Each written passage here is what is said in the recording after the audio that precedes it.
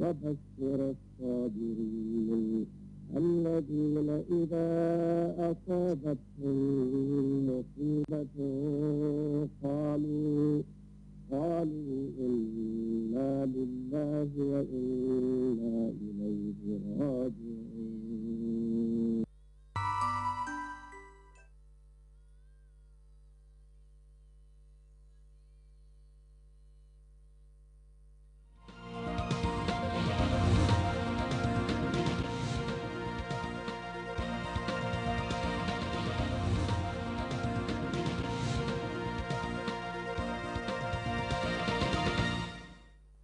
So welcome from Grts and wherever you may be. This is the news at 10. First our headlines. President Jammeh and thousands of fellow Muslims converge on Banjul's King Fahad Mosque for congregational prayers in observance of the feast of Eid al-Adha. The Attorney General and Minister of Justice challenges human rights advocates to come up with innovative ways of protecting and promoting the rights of the underprivileged.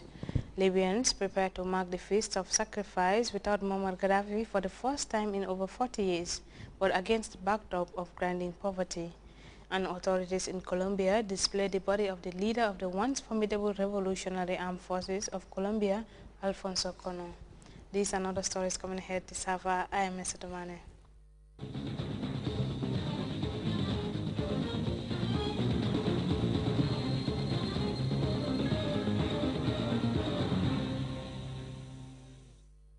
We thank you for joining us.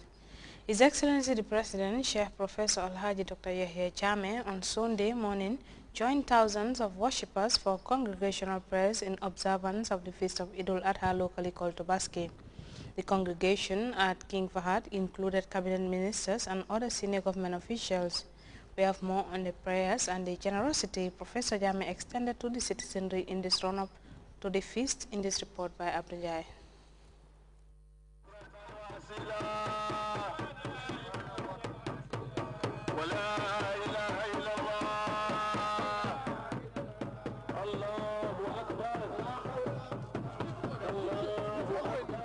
It is the extraordinary story of Prophet Ibrahim and Ismail that is being celebrated and honored by Muslims around the world.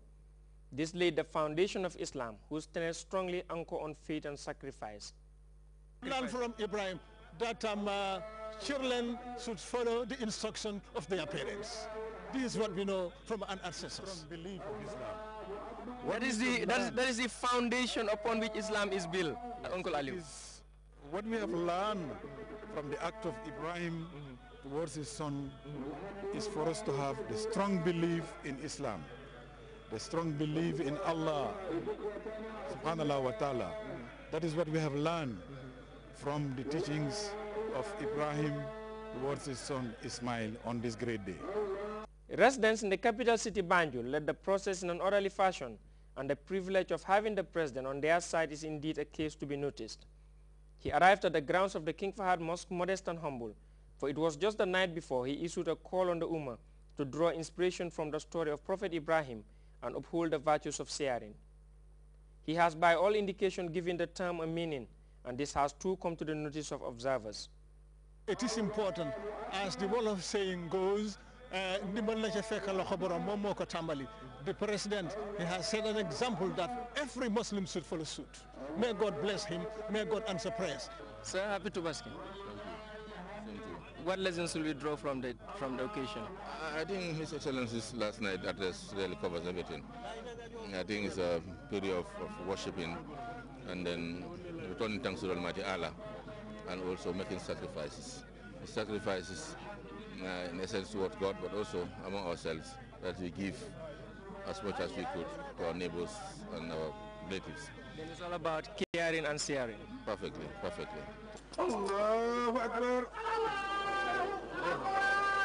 The feast is domesticated and given a local face and is infused with some of our cultural norms and values. But this has not in any way disturbed its prescriptions.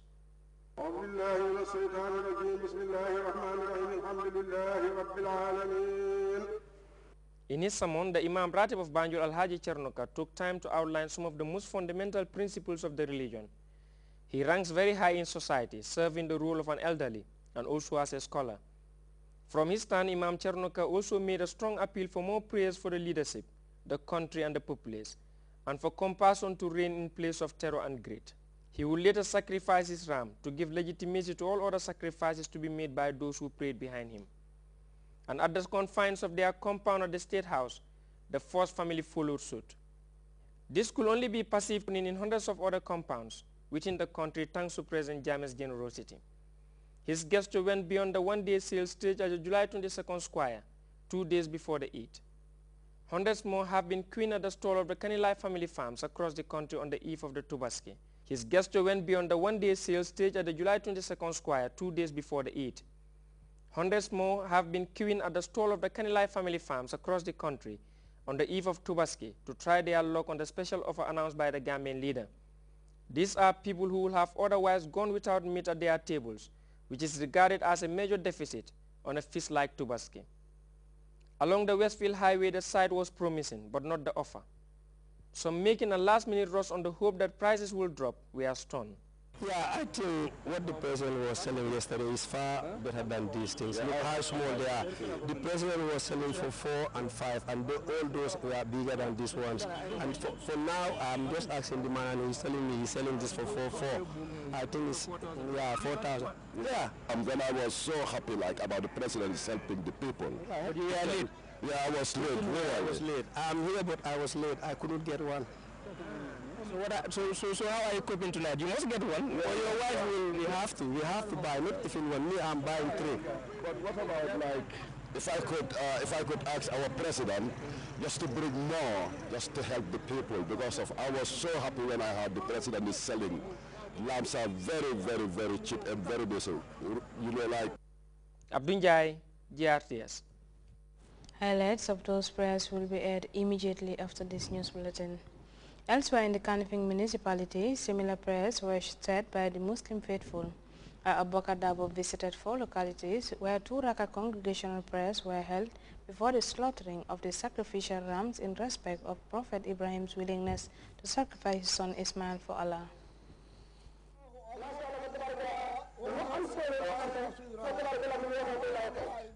The 10th of Dhul Hijjah, corresponding to 6th November this year, is observed annually as Eid al-Adha, locally known as Tobaski.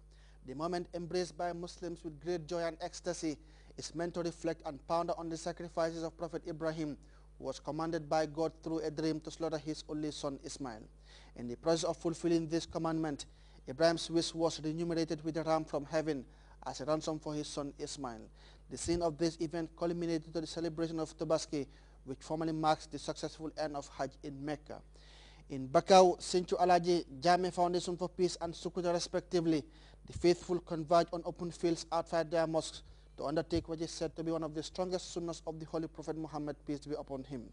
Allahu Akbar! Allahu Akbar!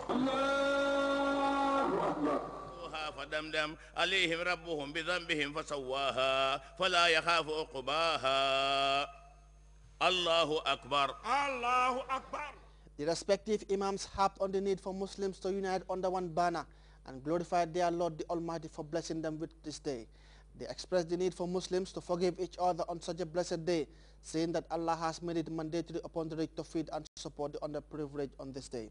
Hard work and sacrifice, they agree, are the bedrock of success in Islam, saying that Muslims must seize the opportunity accorded them to help society and live better lives. They ended by praying for the peace and stability of the country, this after educating the anticipating crowds the standard methods of sacrificing one's ram according to Islam and what should be done to put smiles on the faces of the needy. After the 2 Raka prayers followed by the sermons, the imams slaughtered their rams, again another requirement to give the green light for all to slaughter their rams. This is what warrants the imam to bring his ram to the mosque. For any sacrifice done before the imam sacrifices his own ram is considered not valid according to Islam.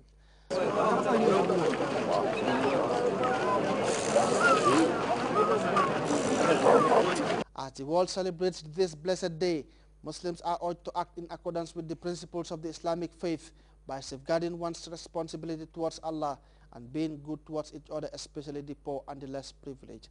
And since Monday is public holiday, students can float but float within limits, for Wednesday is back to school. غير المغضوب عليهم ولا الضالين